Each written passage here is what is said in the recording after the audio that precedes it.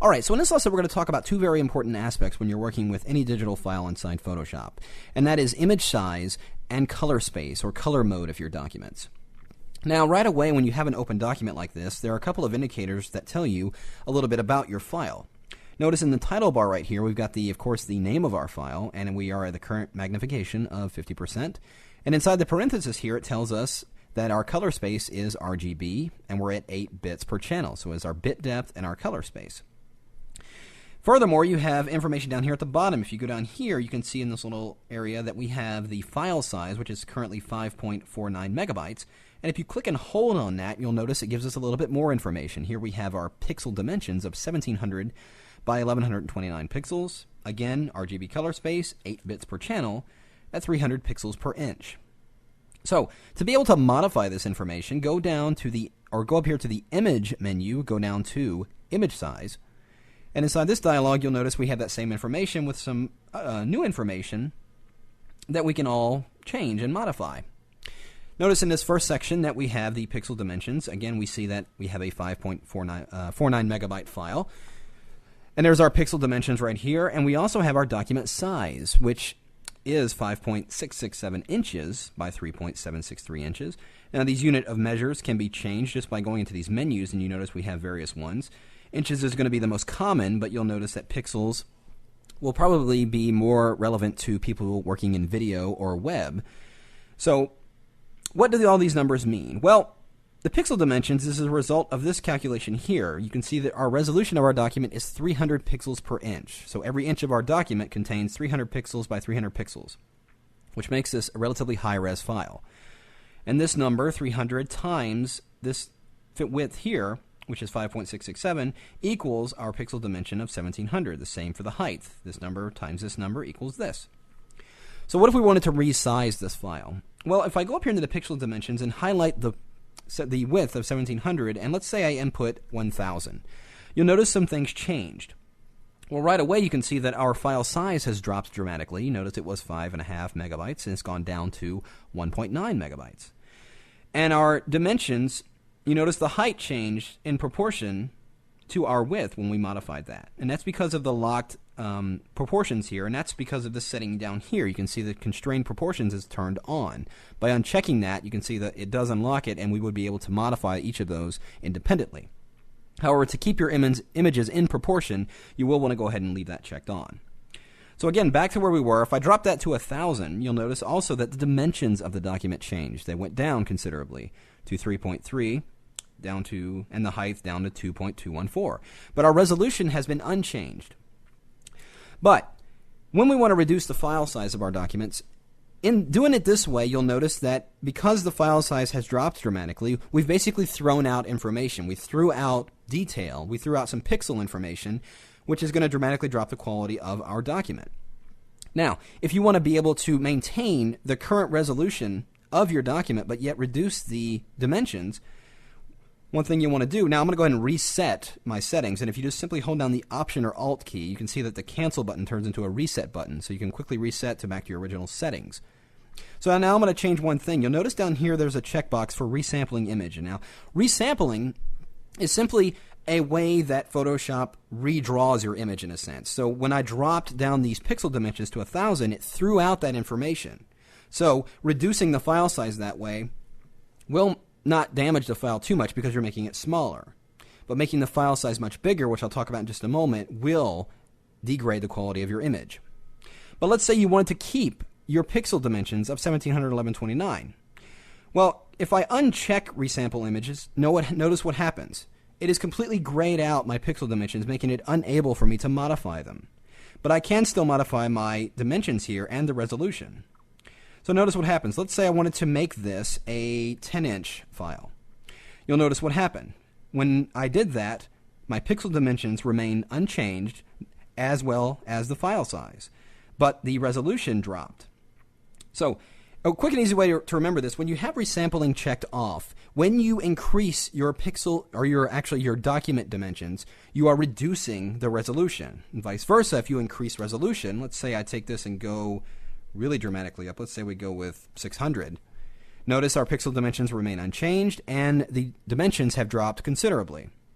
So if If you want to maintain the current resolution or current pixel dimensions of your image, simply uncheck the resample and you can resize your document and everything will stay the same. Notice when now you can use these scrubby sliders, and I haven't mentioned these yet. Anytime you're inside of a setting, you can drag over a name like this, you'll notice, and there's a little hand with the little double arrows, and it allows you to quickly scrub through your numbers. So notice when I'm dragging the width and I'm going considerably higher and higher, notice what's happening to the resolution. It's going down and down. And that's simply because it's maintaining this pixel dimension.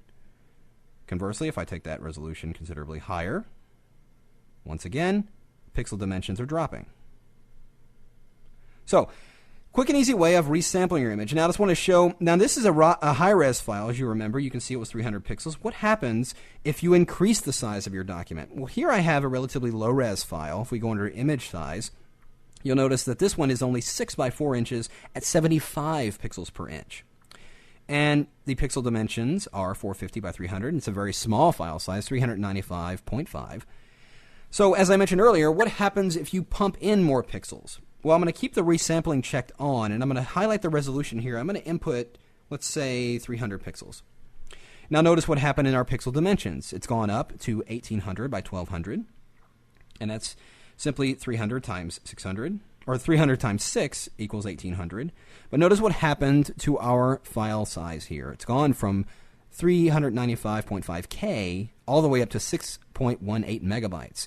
So we are inventing information now. We're basically telling Photoshop, okay, I want you to look at the surrounding pixels of this image and increase that. I want you to pump in more information.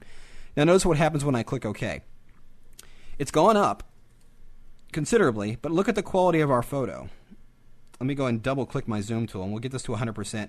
You'll notice that we get a little bit of degraded quality here. We're getting some pixelation, and that's because we've invented pixels here. We've told Photoshop to put in information. When you take out pixels, as we did a moment ago, you're not necessarily degrading the quality of your photo, you're just making it smaller. But by putting in that information, we are degrading the quality of our photo. So you want to be very careful about increasing the size of your documents when you're messing around with the resolution. Now, one more thing I want to talk about. We go back to this big file. If you go and create a new document, let's say you've opened this photo, but you want to drag it into a working design that you're currently working in.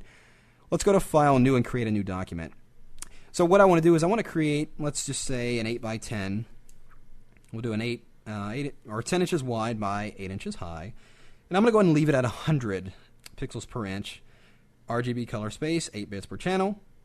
White background. Let's go ahead and click OK.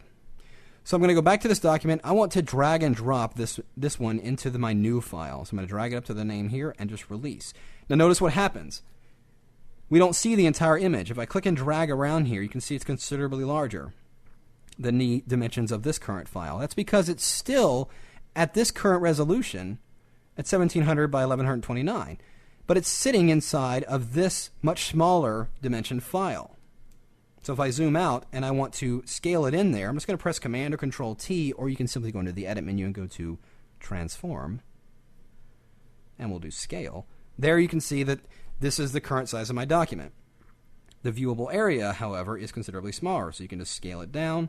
This would be the case in many instances if you're working with digital photographs that are coming from a digital camera. Sometimes they come in at considerably higher dimensions and relatively low resolutions. Some digital cameras will give you like a 40 by 30 inch at 72 dpi.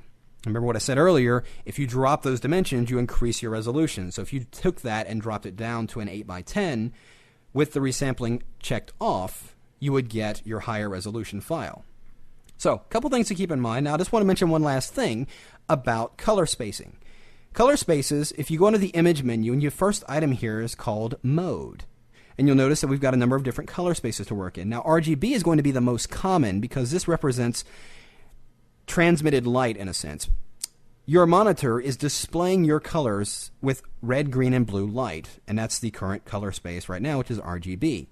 This will not only show you the widest color gamut of your photo, but it also makes all the other tools inside Photoshop fully available. Now, if I go in here and switch this to CMYK, and CMYK is a print color mode, and what it does, CMYK does have a much smaller, let's go ahead and look okay.